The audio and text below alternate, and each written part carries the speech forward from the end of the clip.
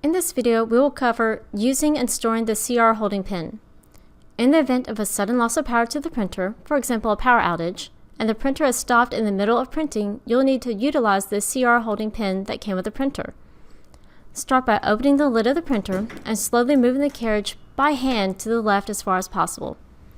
In the event that the carriage is already in the leftmost position, the docked position, then you may proceed to the next step.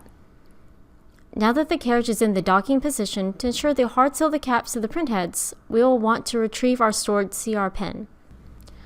The pin is stored with the short end first, so you'll need to turn it at an angle to remove it to get it out from underneath the side cover of the printer.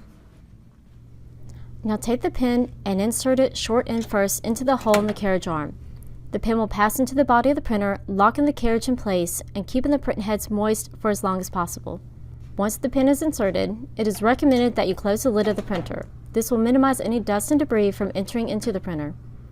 The pin will not allow the lid to be completely closed. To clarify, the pin prevents the lid from closing and someone from accidentally powering the unit while the pin is still in place by keeping the lid open just enough to keep the safety switch of the printer engaged, thus acting as a reminder for it to be removed.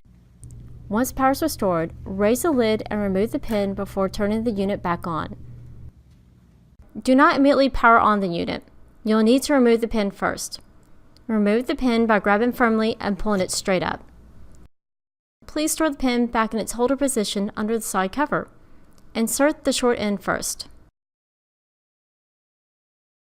You can now fully close the lid. Lastly, you can power on the unit and allow it to perform any automated maintenance cycles as a result of being without power for an extended period of time. If you need additional support, please fill out our web form at brothergtg.com/help for further assistance.